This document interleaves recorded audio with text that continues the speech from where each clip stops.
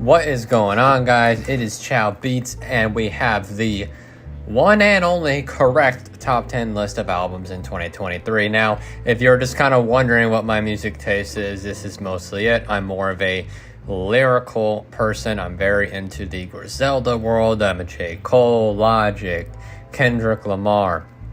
I do love my fair share of trap, though, as you could see. We got Uzi in here, right? We got Drake. A lot of different artists in here.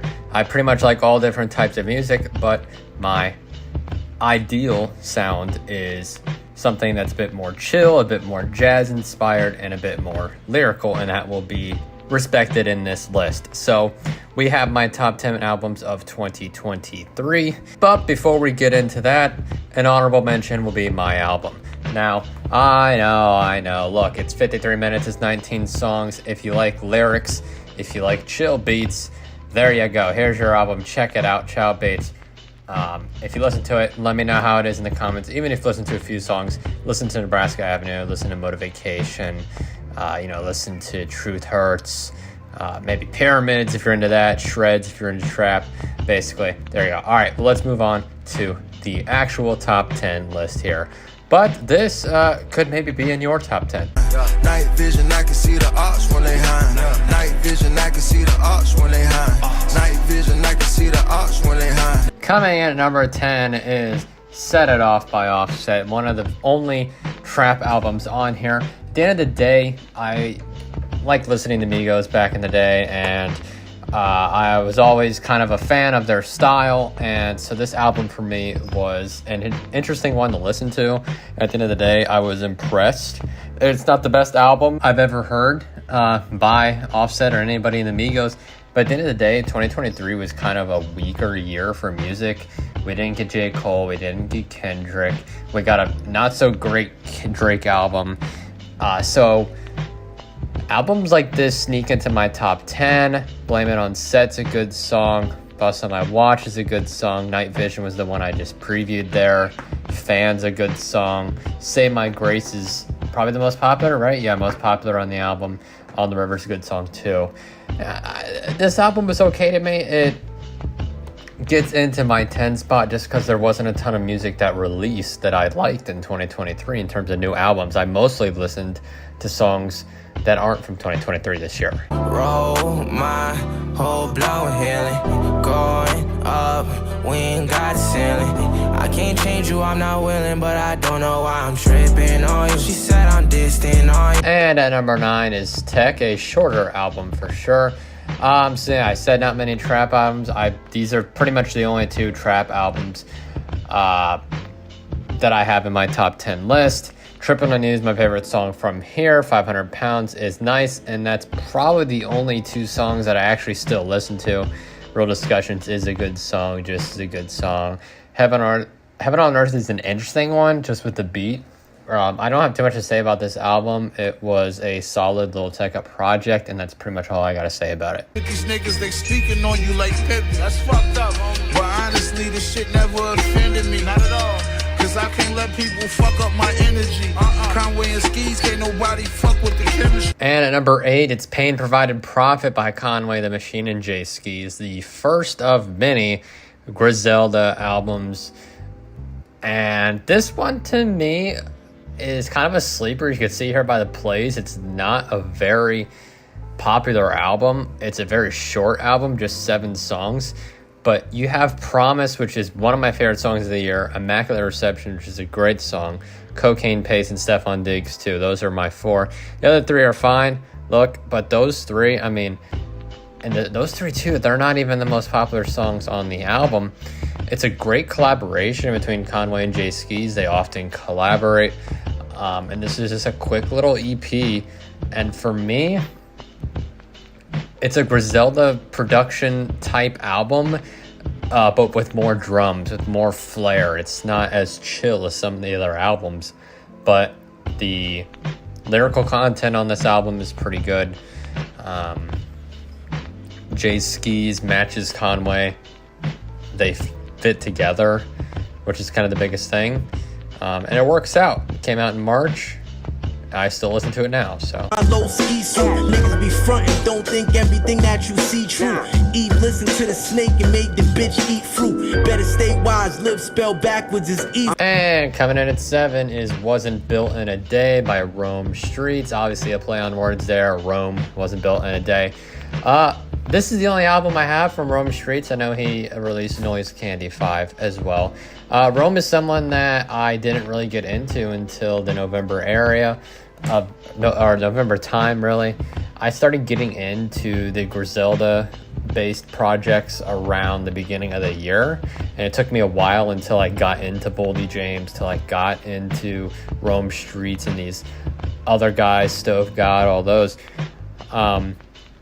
It's another short album, only 35 minutes. To me, this isn't as deep of an album, which is why it isn't as higher up on my list. But it has 3 great songs that I still play every day almost. We got Suicide with Lukey Cage and Conway. You got P's and Q's, which was the track I just played. Royal Flush and Lobsters and Sworditch. I lied, it's 4 songs. To me, and you talk about a not so popular album, I mean, less than 100,000 streams on some of these albums or some of these songs here. I mean, if you're looking for just flow, hard hitting, never stopping, bar after bar after bar on, like I said, Griselda type instrumentals, but it's more drum focused, it's more melody focused, less reliant on the artist creating a flow. The beat makes the flow, if that makes sense. And this one came out in February, another big Ghost project, just like the last one with Pain Provided Profit. So, real good album here. Like I said, not as deep. It might not have 11 great songs, but it's done by number 7. And I ain't gonna stop. I ain't stopping. Yeah. These niggas acting like I play or something. Till they get hit up in they top. Machine. At number 6, with now 3 straight Griselda ones. This is the most recent. It came out literally last week. Well, 2 weeks by the time this comes out. It's Palermo. I always say Palmero. It's not Palmero. It's Palermo. It's by Conway the Machine and 1-2, a producer that I like a lot. This one's only 10 songs, 22 minutes, but it is just fantastic. You start off with an interlude. This album is kind of, it's a story-based album. It's based on the Buffalo Mafia, which is, of course, what Conway was brought up in. And it's just real good. It's a story-based album. It's super jazzy, if you couldn't tell by that. There's basically no drums in this entire album. The melodies are just jazz samples, flipped, pitched up, pitched down. You have fantastic features by Goose, by the way. Shout out to Goose, by the way. I hit him up on Instagram, and he texted me back. Real cool guy there. But yeah, fantastic. I mean, you talk about the songs that are in my playlist here. I got Cold Dish. I like that one, but I mean, Brick by Brick, Mind Tricks, Cardooni. Montana is probably my favorite song. All right. This is just a fantastic album, 1 through 10. It's quick to listen to, so give it a shot.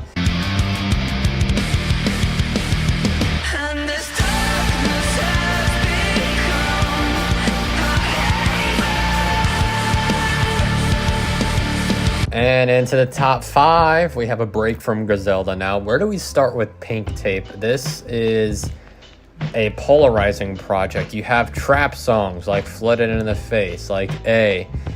Then you have rock songs that I just played, like Just Wanna Rock, Fire Alarm, Werewolf. Then you got Patience, which is just a atmosphere, as many Don Toliver songs are. It's just an atmosphere of fantasticness, if that's a word. To me, this is not a very deep album. It was 23 songs. To me, there's only maybe 5 songs on here that are worth listening to. But the heavy hitters are the heavy hitters. I mean, the reason this is in my top 5 isn't necessarily because I still listen to it that much. It's just because it's different and I enjoyed it on first listen. Going through and not expecting what you're going to get, listening to something like Fire Alarm, listening to something like Werewolf, but then 2 songs later, Patience. it's kind of insane. It's a bit too long is the issue, and there's too many filler tracks. You can tell here, there's, I mean, 10 million, 98 million, right? Some of these songs, 8 million for CS here. It's a bit all over the place. If it was cut down a bit more, I think it could be higher up on the list. But I don't have too much to say here. It's just different. I like the rock-based songs. I like a few of the trap songs. And let's move on. So walk through the valley of the shadow of death. Walking by faith, I fear no evil. I need my footsteps further from faith. And in fourth place, this might be a little controversial because not too many people like this album. Westside Gunn, the leader of Griselda, the man that's put Griselda on the map, the guy with the high-pitched voice that you hear in all the features, the guy that releases 10 albums a year, it seems like. A lot of people didn't like this album because there's a bit too many trap songs in it and not enough songs that are just Griselda-like. You know, Westside Gunn made a sound that has now spread to many artists, and he kind of went away from that, but not exactly. Songs like Mama's Prime Time, 1989, Suicide and Selfridges, Kitchen Lights, which is a fantastic song. People love that one. You know, House of Glory, and The Revenge of Flip's Leg, and then You Pray For Me. Those are pretty much the songs that are the Griselda type. Then you have songs like Ultra Griselda, also not to mention Jalen Rose, great song with Boldy James. You have Ultra Griselda, LL Bullgun, JD Wrist, Dunhill. Those songs are the trap-based songs that maybe not a lot of people liked, and I do agree. The only trap song I actually like is JD Wrist, and that is also very controversial because not a lot of people like that song. But this is a long project. I just listened to it again today to make sure I wanted to put it at 4, and I do. Just because out of 21 songs, there's, you know, maybe 15 on here that are, you know, really good quality songs that have replayability. There's not that many skips on the album. I said not a lot of people liked it, but I'm with the few that who do and aren't afraid to see Westside Gunn go out of his comfort zone with this. But still, at the end of the day, the really good songs on this album are some of his best. People talk about Kitchen Lights as being one of the best Westside Gunn songs. You know, this song went kind of big on TikTok with the intro because of Stove God. Jalen Rose is a great song, and the Revenge of Flip's Leg, if people say that's Rome Street's best verse, who obviously we had in 7th place, and that beat is just fantastic. A lot of Conductor Williams on this album. Not sure if I'm not sure if the Alchemist is on this album, but I'm pretty sure he is. DJ Drama, a lot of that. I wish I could see it more, but yeah, that is 4th place. Let's get into the top 3. Thanks for change, but I made 30 million and my life changed. Finally found happiness when my wife changed. Used to make all my decisions based off the perception of others. Scared to do anything different, I couldn't get with it, to worry about others. At number 3 is my favorite artist of all time. The guy I started listening to in 2014 with his incredible Under Pressure album, and I have not missed a song, album, anything, even the unreleased stuff. I know every word to every Logic song. Test me on it. He hasn't been as great since maybe No Pressure, but Vinyl Days is a great album, and College Park's a great album.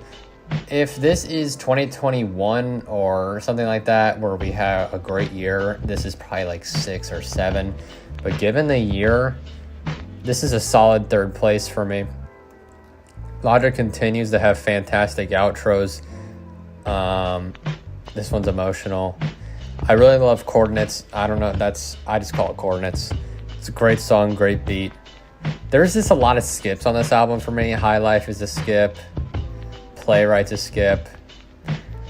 And you'll notice that's because those are the kind of melodic, singy type Logic songs that aren't my favorite. But I mean, you just go through this album. There's a lot of skits in this album. It's an hour and 7 minutes. I believe it's a 40-minute album without the skits that are at the end of every song. I mean, look, he got Seth MacFarlane on the album. Paradise 2 is a great sequel to Paradise.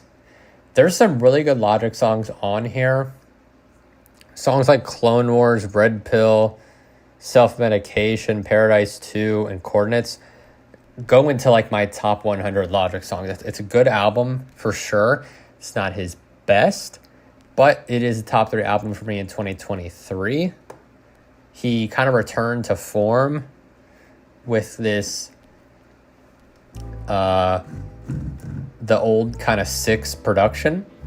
And this album's kind of cool too because it's based in 2012 or 2011, something like that, where he is moving on up in the music world. So this album takes place, which if you listen to Coordinates, at the end of Coordinates, they're talking about the set list, and those are all songs that came out in like 2012. So it's pretty cool. If you haven't listened to it, listen to it. College Park Logic. Still no pressure.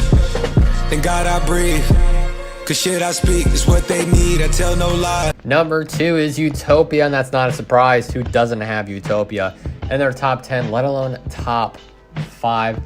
Everybody was hyped for Utopia, and it continued to show off Travis Scott and what he does best, which is being a trap artist, but creating a new sound with every single album. A lot of Mike Dean production on here. My Eyes, he obviously talked about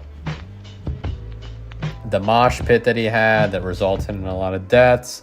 He talked about Kylie Jenner in that song on an angelic beat with an insane flow. God's Countries and Trap, a fantastic trap song. Obviously, we all know Fiend. I know is a basic song, but it's good. You got songs like Paracel that kind of just puts you in an emotional mood. Telekinesis and Till Further Notice are perhaps the best. I say perhaps it is the best penultimate and final track of an album this year, maybe in the last few years. Every feature on here knocks it out of the park. There's no skips on this album. It is fantastic. The only song I skip is Modern Jam. I'm sorry. I just don't like the production. Siren. The production on this album is absolutely insane, but Travis Scott didn't let it down. He had plenty of lyrical content for a trap album. His flows were great. Nothing was boring. You could listen to this album over and over again, and I think that is a great sign. So Utopia goes in second. You're wondering what's first. It's obviously not Drake. It's not Drake. I promise you it's not Drake. Although the For All the Dogs Scary Edition, whatever, it was a good album. But I'm not counting a bonus album in my top 10. So I gave you a hint. I like Griselda. I like The Alchemist. So take a guess at what number 1 can be. The numbers on the jet. Little random flight to Vegas. Touchdown to a check. Picked up. And my number 1 is The Great Escape by Larry June and The Alchemist. Now let me explain. This is the album that got me into Griselda. So basically I was driving on the way home from work. I want to say it was like February or something. And at this point, I had listened to a lot of trap, a lot of lyrical content like Logic and etc. I did not listen to anybody like Conway, Boldy, West Side Gun. I was aware of them, but I did not listen to them. I didn't know who Larry June was. I didn't know who Boldy James was. I didn't know like any of that. But I was aware of Benny and Conway and West Side. But I wasn't aware of everything else that came with this. I didn't even know who The Alchemist really was until I heard the song 60 Days on my playlist. This was a single for the album. And maybe I really should have played that song as the trial, but my favorite on here is 89 Earthquake. I heard that song and I was like, wow, I kind of like this Alchemist type thing. That's where I got into Griselda. Then this album came out. I was like, ooh, Turkish Cotton, that's a great song. 89 Earthquake, fantastic. Palisades, great. Orange Village, Porsches in Spanish, fantastic. Art Talk, great. That got me in the Boldy, right? 60 Days, of course. And then Berrigan Lighting. This might not... I think Utopia is probably better than this album. I'll just say that. Utopia is probably better than this album. But I have to put this at number 1 just because this got me into what I listen to 90% of the time. My Spotify rap this year was literally Griselda and Alchemist type artist and then Logic. So if I did not listen to this album in March, the last 9 months of my life would not have been the same. So I owe this album so much. And like I said, it's a great album. It's probably second though, but I'm putting it first because of that.